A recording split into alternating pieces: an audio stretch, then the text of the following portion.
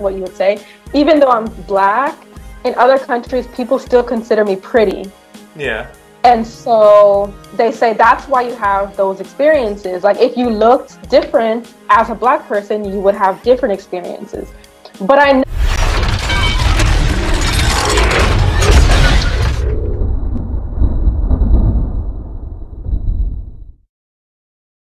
How's it going? You're watching Nola TV, and you are watching my Skype interview with Charlene, who is a lifestyle and travel vlogger. So are you still based in Korea, or are you just currently? No, I'm not. Okay, so I'm technically not based anywhere right now.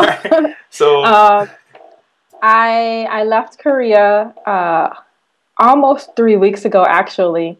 I stayed in actually LA for 2 weeks, and I'm not in LA anymore.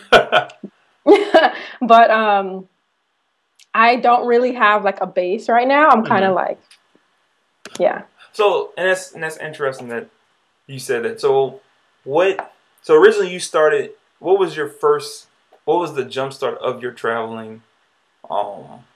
Like what was the jump start of what you're doing now? I know you used to teach in Korea, right? Yeah, I had a roommate a long time ago, and we kind of stopped talking for a long time, and we kind of caught up with each other on Skype, and we were talking for a while, and I found out she was in China. She was teaching English, and I had never heard of the world of teaching English abroad. Yeah. And she was like, yeah, she knew I was into Asian cultures. I had been learning a little bit of Korean at the time, and she knew I was into like the Asian cultures. And so she was like, if you want to come stay with me, you can stay with me while searching for a teaching job. We can check if my company is hiring, and if not, I can help you find a job here.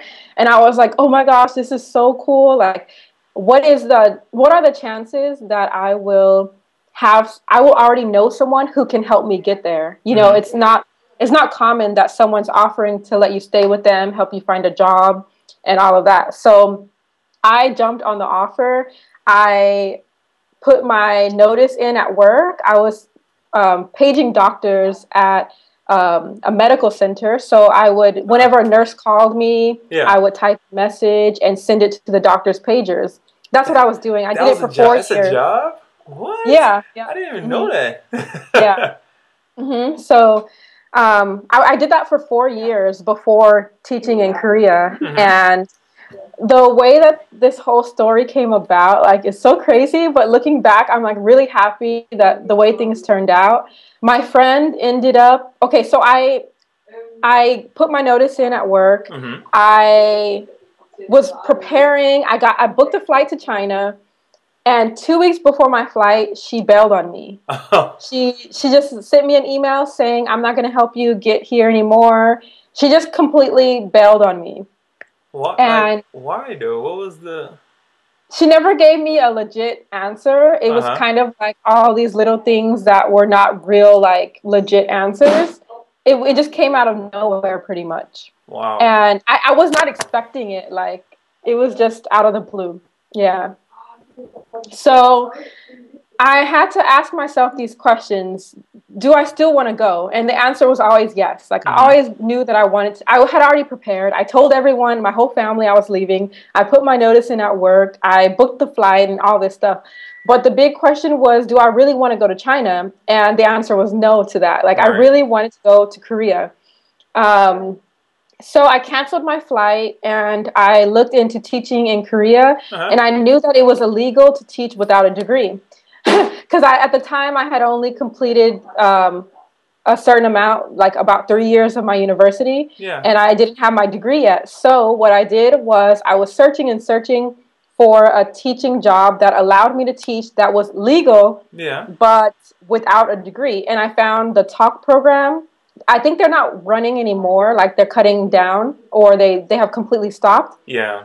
But they allow you to teach with 2 years completed of your university. And it's the only legal way, at least it was, the only legal way to teach in Korea without a degree. Did they give you all the benefits that you would get with the completed degree programs, or it was just... Yeah, they did. They Really? offered you round trip flight. They paid you. It was about $500 less than like Epic or something like a program like that. Yeah. But it's still like a really good opportunity for if you want to go. They provide you housing, pretty much everything that you would get. What else? The main perks are the round trip flight and the free housing. That's like the main perk. Yeah. But with this program, the perk was that even though you get paid a little bit less, you only work 15 hours a week. So yeah. 15 hours so a week. yeah. So I was working 3 hours a day, and I had a lot of free time. So I was able to explore Korea, learn a little bit of the language, and taste lots of food. And I had a lot of free time.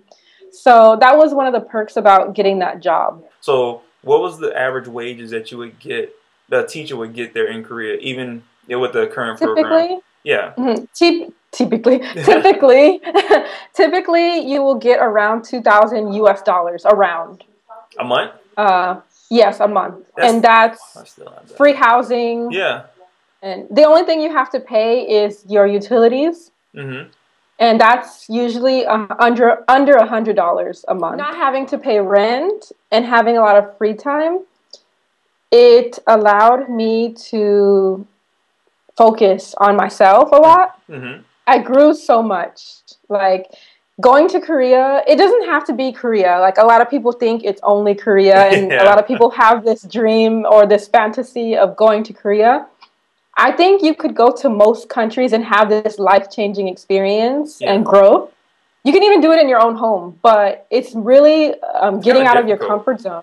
It's difficult because you're used to all of this stuff. It's easier when you step out and you're in the unknown and you don't know the language or even the food. Like everything is so different. You learn so much about yourself. It's a big challenge, and I think it helped me to grow so much into who I am now, which I'm so thankful for. And I think because so I'm in the same boat as you. Before I joined the military, I only knew America. That's all I know, and I'm pretty sure it's the same for you. And then when I had to go live in Japan for 3 years, I was like, wait a minute, the tables are turned. I am now the foreigner. I am now the one struggling to figure out the language. I am now the one that they're looking at me like, why don't he know how to speak Japanese? So and you say you grow, you start having an understanding of how it is for foreigners in America, but then also you see how they have to work harder. They have to find something in order for them to survive in America. So same things applied for us where, okay, we in this country. Is either I'm just going to ball up like a ball and cry, or I'm going to adapt and build myself up to be able to deal with this type of stuff. So yeah, I agree with you. Yeah, I question a lot of like, what do I really want to do? What types of things am I interested in? I learned more about myself. I even did things like random things. I made hair bows back when I first started in Korea. I did belly dancing. I did all of these things that, I probably wouldn't have done if I had stayed in the U.S. I really recommend anyone who's thinking about traveling, especially if it's like your first long-term trip abroad. I definitely recommend it because you'll learn a lot about yourself. And even just experimenting with new foods and learning a new language is a plus. And so what is your biggest success since living overseas? You would say. I think the thing that I'm most thankful for is that I vlogged my whole journey. I guess I would say as in success, I guess that would be the thing, is that I put myself out there. I used to have a friend who was like, why do you make these videos? It was back when vlogging was like kind of looked down on. Yeah. Nowadays you can walk around with a camera and they're just vlogging. Like, they're probably on YouTube. I don't know. It's hard to pinpoint one success, but one thing that I'm really glad and grateful for is that I did put my life on YouTube. Not only am I able to look back on it, but also I have had so many people reach out to me telling me that, oh, I'm in Dubai or I'm in this country, and it's because of you. And I met so many people in Korea who are like, I'm here because of you. And I'm like, no, you're here because you took the step to get here. You know, it's not me. Like, maybe I inspired you, but you had to do the work. Right. But a lot of people told me that watching my videos inspired them to step out of their comfort zone and to go out and do something that they had always thought about but never thought they would do. And so I think that's my biggest success. It's really like talking to people and hearing that putting my life out there inspired them. There is a group of there are levels of privilege. Even as an American, like, I'm privileged to be able to teach English abroad, you know. Right. As an American, like, with my passport, I have so much privilege. Yes. And I think also, like, I have gotten comments because I've done interviews and things where I explained that I've had a positive experience, and so many people comment, it's just because you're pretty.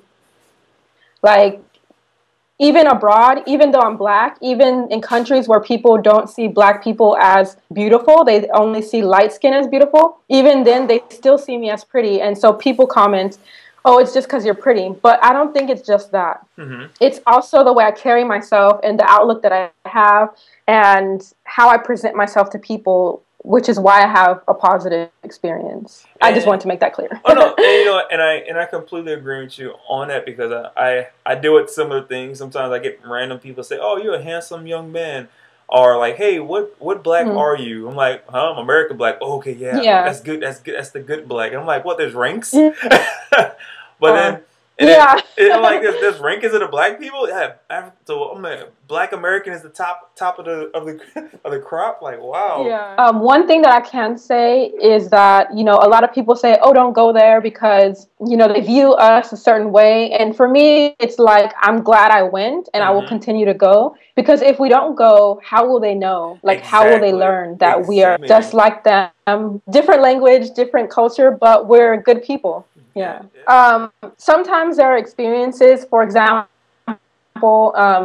like touching my hair. Sometimes I let people touch my hair. I don't have a big problem with it. And sometimes I say no. Mm-hmm. But there was once someone talking about my hair, and it was in Korean and I understood them, but I didn't say anything. They were just like curious about it. I could tell they were like curious, like asking each other, like, is that her hair? Mm-hmm. But I didn't say anything, even though I understood, because sometimes it's not about teaching people. Sometimes we're just there to have our own experience. And other times it is like a learning experience for both you and the other people. But you don't always have to feel obligated to teach people. Even just being there is a lesson in itself. But yeah, I just really enjoy being able to share who I am with other people, especially when they're really curious and like amazed. Like, it's really funny and an interesting experience in itself. Yeah.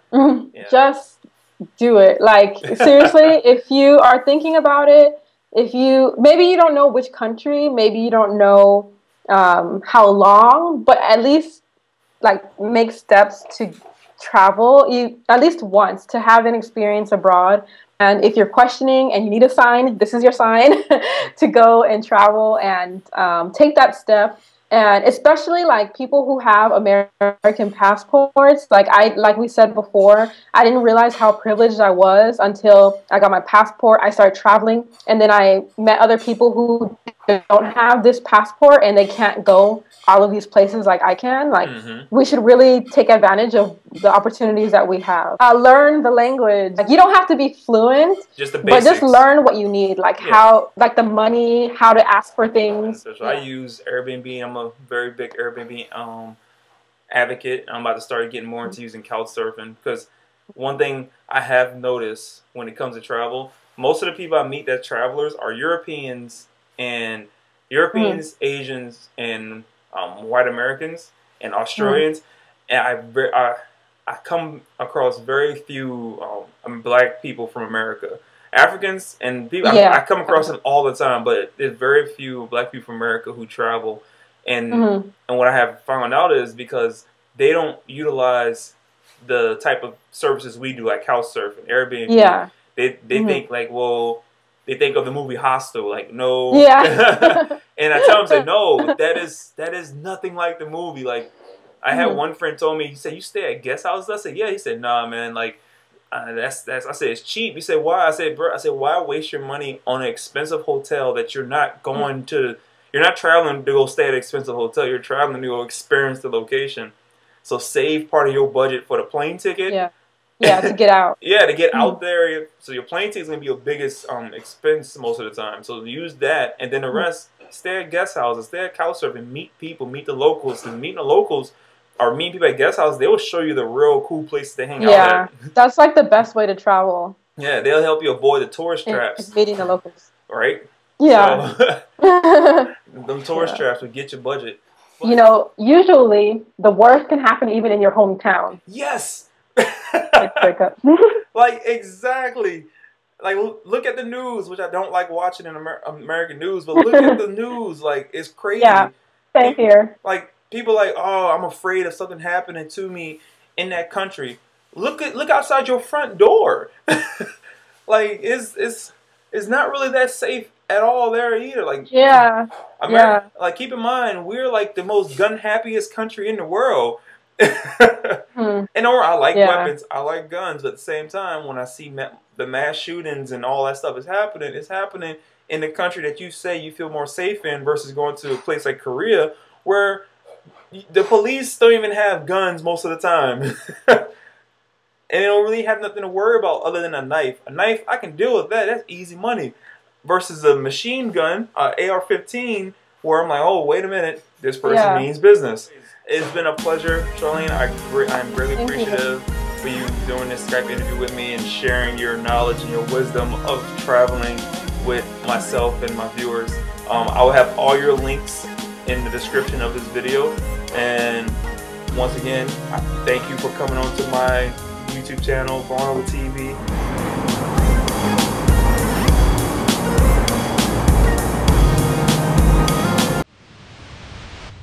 It's Nola, baby.